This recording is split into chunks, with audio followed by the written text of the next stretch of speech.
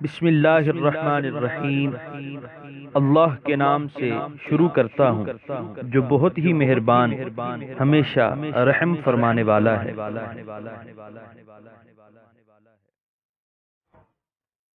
سورہ بقرہ آیت نمبر 60۔ وَإِذِ اسْتَسْقَىٰ مُوسَىٰ لِقَوْمِهِ فَقُلْنَا اضْرِب بِّعَصَاكَ الْحَجَرَ فَانفَجَرَتْ مِنْهُ اثْنَتَا عَشْرَةَ عَيْنًا قَدْ عَلِمَ كُلُّ أُنَاسٍ مَّشْرَبَهُمْ كُلُوا وَاشْرَبُوا مِن رِّزْقِ اللَّهِ وَلَا تَعْثَوْا فِي الْأَرْضِ مُفْسِدِينَ۔ ترجمہ: اور یاد کرو جب پانی کی دعا مانگی موسیٰ علیہ السلام نے اپنی قوم کے لیے، تو ہم نے فرمایا مارو اپنا عصا فلاں چٹان پر، تو فوراً بہہ نکلے اس چٹان سے 12 چشمے۔ پہچان لیا ہر گروہ نے اپنا اپنا گھاٹ۔ کھاؤ اور پیو اللہ کے دیے ہوئے رزق سے، اور نہ پھرو زمین میں فساد برپا کرتے ہوئے۔ سورہ بقرہ آیت نمبر 60 کی تفسیر۔ جب سیاہ کے ریگستان میں بنی اسرائیل پیاس سے تڑپنے لگے تو موسیٰ علیہ السلام نے بارگاہ الہی میں پانی کے لیے عرض کی۔ حکم ہوا فلاں پتھر پر اپنا عصا مارو۔ حضرت موسیٰ علیہ السلام نے یوں ہی کیا اور اس سے 12 چشمے پھوٹ نکلے اور پانی کی قلت دور ہو گئی۔ وہ چٹان اب تک جزیرہ نمائے سینا میں موجود ہے۔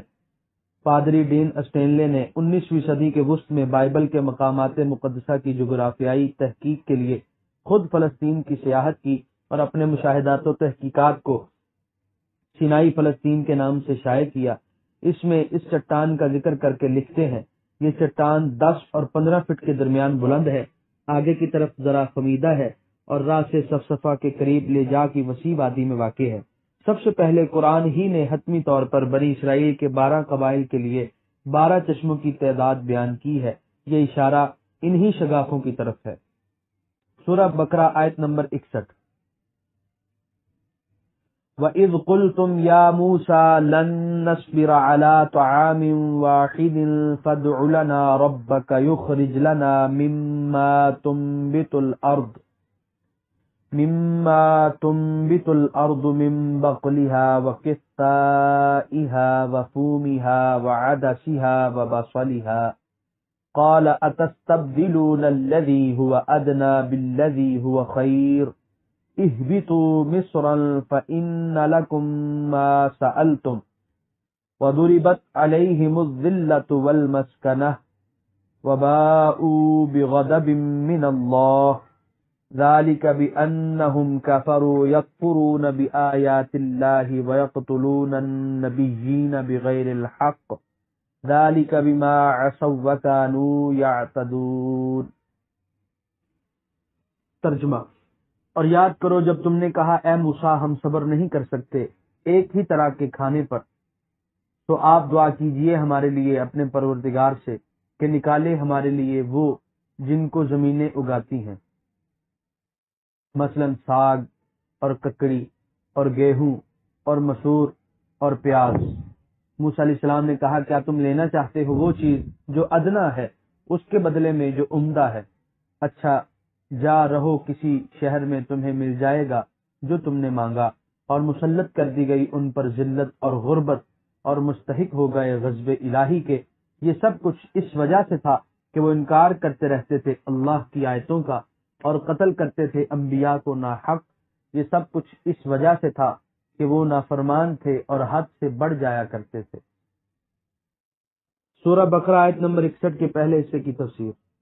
یہاں یہ شبہ دل میں کھٹکتا ہے کہ قرآن کریم کہتا ہے کہ اللہ تعالیٰ نے بنی اسرائیل پر فقر و تنگ دستی مسلط کر دی، حالانکہ ان کا شمار دنیا کی امیر ترین اقوام میں ہوتا ہے۔ اس شبے کو دور کرنے کے لیے جیوش انسائیکلوپیڈیا کے مندرجہ ذیل فقرات ملاحظہ فرمائیے۔ گو یہود کا تمول ضرب المثل کی حد تک شہرت پا چکا ہے، لیکن اہل تحقیق کا اتفاق ہے کہ یہود یورپ کے جس ملک میں آباد ہیں وہاں کی آبادی میں انہی کے مفلسوں کا تناسب بڑھا ہوا ہے۔ عوام یہود دوسری قوموں سے کہیں زیادہ غریب ہیں، یہ اور بات ہے کہ ان کے چند افراد بہت زائد دولت مند ہیں۔ سورہ بقرہ آیت نمبر 61 کے بقیہ حصے کی تفسیر۔ یہ سب کچھ اس وجہ سے تھا کہ وہ نافرمان تھے۔ یہاں پھر اس امر کی وضاحت کر دی کہ بنی اسرائیل پر ذلت و افلاس کا جو عذاب مسلط کیا گیا تھا وہ بلا وجہ نہ تھا، بلکہ ان کی اپنی نافرمانی اور کرتوتوں کی سزا تھی۔ اس قسم کے جرائم سے بنی اسرائیل کی تاریخ بڑی پڑی ہے۔ مثلا تب خدا کی روح زکریا پر نازل ہوئی، سو وہ لوگوں سے بلند جگہ پر کھڑا ہو کر کہنے لگا، کیونکہ تم نے خداوند کو چھوڑا ہے، اس نے بھی تم کو چھوڑ دیا۔ تب انہوں نے اس کے خلاف سازش کی اور بادشاہ کے حکم سے خداوند کے گھر کے صحن میں اسے سنسار کر دیا۔ کتاب مقدس پرانا عہد نامہ تواریخ باب نمبر 24 آیت نمبر 20-21 صفحہ نمبر 246۔ اسی طرح مرکز کے باب 6 کی آیت 17 تا 29 میں حضرت یوحنا یحییٰ علیہ السلام کے متعلق مذکور ہے کہ جب آپ نے ہیرودیس بادشاہ کو اس پر ٹوکا کہ اس نے اپنے بھائی فلپس کی بیوی ہیرودیاس کو اپنے پاس کیوں رکھا ہوا ہے، تو بادشاہ نے پہلے انہیں قید کر دیا، بعد میں اپنی داشتہ کی فرمائش پر آپ کا سر کاٹا اور ایک تھال میں رکھ کر اس کی خدمت میں پیش کیا۔ سورہ بقرہ کا 7واں رکوع یہاں پر مکمل ہوا۔